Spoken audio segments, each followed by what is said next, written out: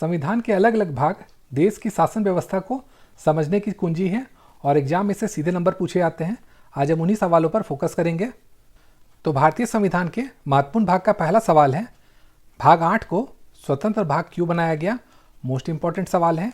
ये क्वेश्चन हमेशा एग्जाम में आपका रिपीट भी होता है।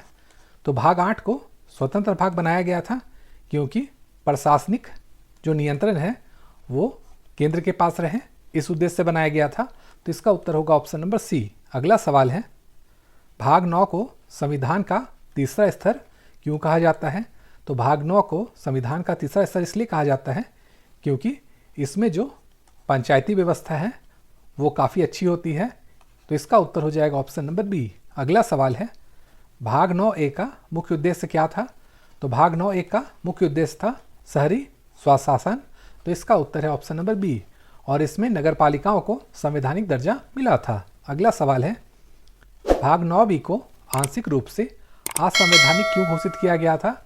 मोस्ट इंपॉर्टेंट सवाल है। तो भाग 9B को आंशिक रूप से असंवैधानिक घोषित किया गया था क्योंकि इसमें जो संघीय ढांचा था उसका उल्लंघन होता था। तो इसका उत्तर हो जाएगा ऑप्शन नंबर ए।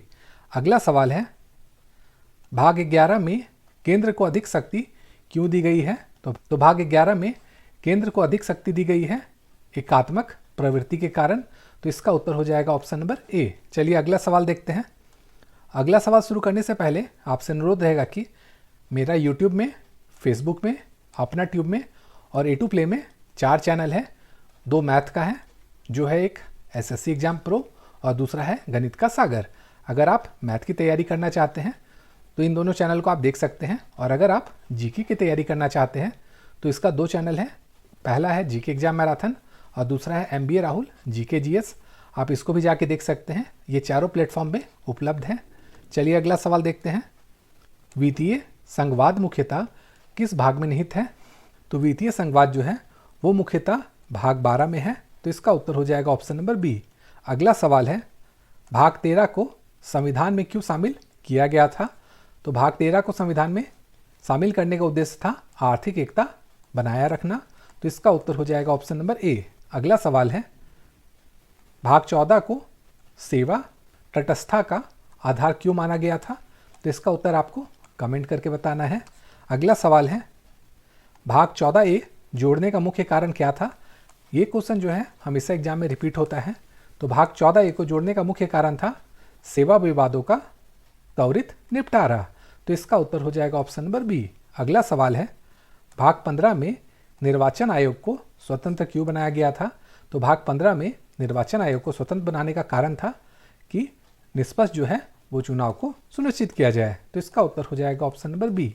अगला सवाल है, भाग 16 को सामाजिक न्याय से क्यों जोड़ा गया था? तो भाग 16 को सामाजिक न्याय से जोड़ने का कारण था आरक्षण और विशेष प्रतिनिधित्व। तो इसका उत्तर हो जाएगा ऑप्शन नंबर सी। अगला सवाल है, भाग 17 को सबसे जटिल भाषीय भाग क्यों कहा जाता है? तो भाग 17 को सबसे जटिल भाषीय भाग इसलिए कहा जाता है क्योंकि इसमें 5 अध्याय है जिसे पढ़ना काफ़ी मुश्किल हो जाता है। तो इसका उत्तर हो जाएगा ऑप्शन नंबर ए। अगला सवाल है, भाग 18 को संविधान की सुरक्षा कुंजी क्यों कहा जाता है? तो भाग 18 को संविधान की सुरक्षा कुंजी कहने का जो कारण है वो है इसकी असाधारण परिस्थितियां हेतु। तो इसका उत्तर होगा ऑप्शन नंबर बी। अगला सवाल है, भाग 18 का कौन सा आपातकाल अब तक लागू नहीं हुआ है? मोस्ट इंपॉर्टेंट सवाल है। तो भाग 18 का एक ही आपातकाल है जो अभी तक लागू नहीं हुआ है, वो है वित्तीय आपातकाल। तो इसका उत्तर होगा ऑप्शन नंबर सी। अगला सवाल है, संविधान संशोधन को अलग भाग 20 में रखने का कारण क्या है? तो संविधान संशोधन को अलग भाग में रखने का कारण है इसकी विशेष प्रक्रिया। तो इसका उत्तर होगा ऑप्शन नंबर ए। अगला सवाल है, भाग 21 को विशेष प्रावधान क्यों कहा जाता है?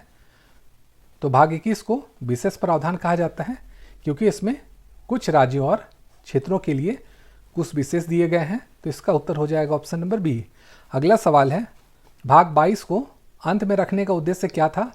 भाग 22 को अंत में रखने का उद्देश्य था इसकी औपचारिक समापन। तो इसका उत्तर हो जाएगा ऑप्शन नंबर ए।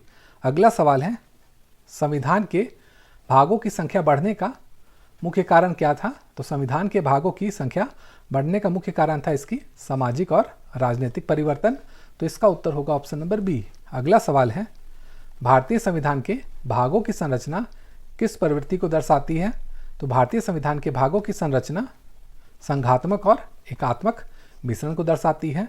तो इसका उत्तर है ऑप्शन नंबर सी। अगला सवाल है, संविधान के भागों का समग्र उद्देश्य क्या है? तो संविधान के भागों का समग्र उद्देश्य है लोकतांत्रिक न्यायपूर्ण शासन सुनिश्चित करना। तो इसका उत्तर है ऑप्शन नंबर सी। तो दोस्तों आज के लिए इतना ही। वीडियो अगर आपको पसंद आई है तो वीडियो को लाइक तथा शेयर जरूर कीजिएगा। Thank you.